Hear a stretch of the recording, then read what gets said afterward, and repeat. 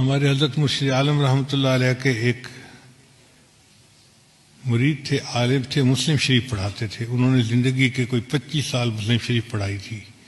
ایک دن وہ کہنے لگے کہ حضرت میں آپ کو ایک عجیب واقعہ سناؤں. ان کو ضرور سنائیں.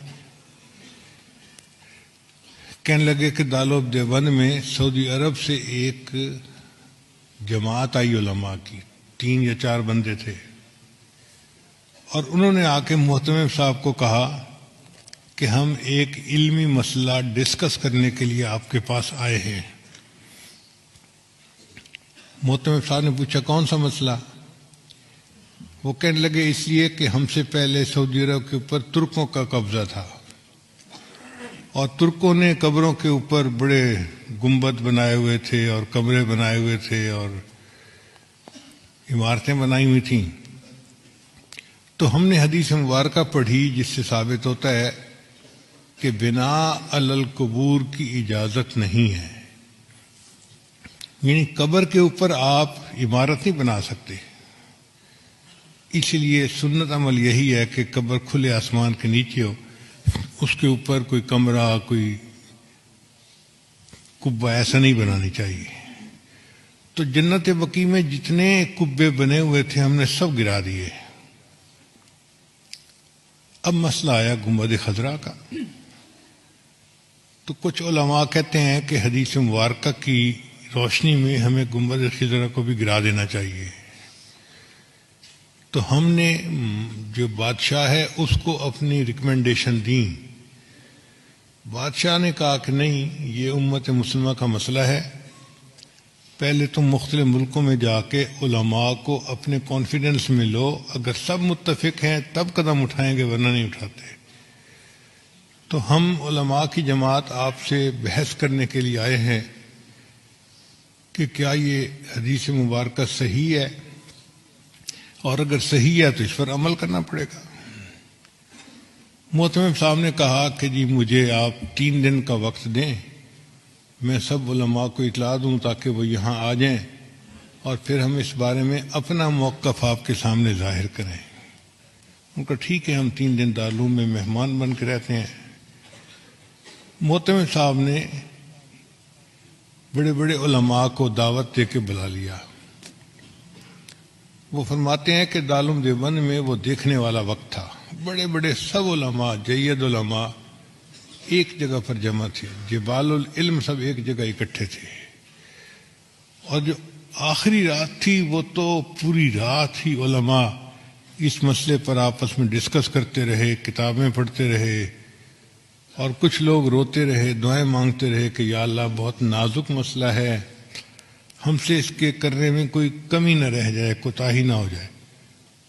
اگلا دن ہوا، عصر کی نماز کے بعد مجمع بیٹھا تھا، تو محتمم صاحب نے ان علماء کو کہا کہ جی آپ سب علماء کے سامنے اپنا موقف پیش کریں، پھر جواب ہم دیں گے. تو ان کے جو امیر تھے وہ کھڑے ہوئے اور انہوں نے بیان کیا کہ بخاری شریف کی یہ حدیث ہے، اور اس سے ثابت ہوتا ہے کہ بناء علی القبور کی اجازت نہیں ہے. تو ہم نے جنت بقیع کے اندر تو قبروں پر جتنی عمارتیں تھیں سب گرا دیں. اب مسئلہ ہے گنبد خضرا کا. تو ہم آپ لوگوں سے یہ پوچھنے آئے ہیں کہ بتائیں کیا اس حدیث کے اوپر آپ کو کوئی اعتراض ہے، کوئی جرح ہے کسی راوی کے اوپر، یا کوئی کمی کسی طرح کی بھی ہو، کوئی شغم ہو تو بتائیں. تو جب انہوں نے پوچھا تو تھوڑی دیر کے لیے سارا مجمع خاموش. کہیں کہیں سسکیوں کی آواز آتی،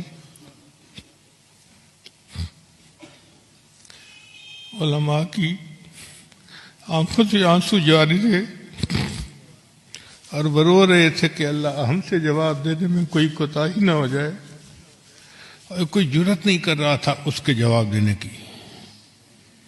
اتنے میں حضرت اقدس تھانوی رحمۃ اللہ علیہ کھڑے ہوئے، اور حضرت نے فرمایا کھڑے ہو کر الحمدللہ اللہ نے اس مسئلے میں مجھے شرح صدر عطا فرما دی ہے. تو اس نے پوچھا کہ شرح صدر سے کیا مراد ہے؟ حضرت نے فرمایا کہ شرح صدر یہ کہ یہ حدیث بالکل صحیح ہے، اس کے کسی راوی کے اوپر کوئی اعتراض نہیں ہے، کوئی جرح نہیں ہے، اور ہر لحاظ سے یہ حدیث صحیح بھی ہے سند متصل کے ساتھ، اور صحیح مضبوط ہے مضمون اس کا۔ تو جو ان کے امیر تھے وہ کہنے لگے کہ اس کا مطلب یہ ہوا کہ اگر یہ حدیث صحیح ہے تو پھر تو نص ہو گئی، اس کے اوپر عمل کرنا ہمارے لیے ضروری ہو گیا، تو کیا ہم گنبد خضرا گرا سکتے ہیں؟ تو حضرت تھانوی رحمۃ اللہ نے جواب دیا، یہی تو شرح صدر ہے جو اللہ نے مجھے عطا فرما دیا، حدیث بھی صحیح ہے لیکن آپ گنبد خضرا کو گرا نہیں سکتے۔ اس نے کہا آپ کیسی باتیں کر رہے ہیں، جب حدیث صحیح ہے تو پھر اس گنبد خضرا کو گرانے میں رکاوٹ کیا ہے؟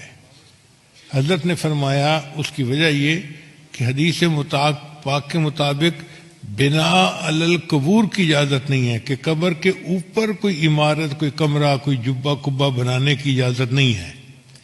گنبد خضرا کا معاملہ الگ ہے، یہاں عمارت پہلے تھی، یہ حجرہ عائشہ تھا،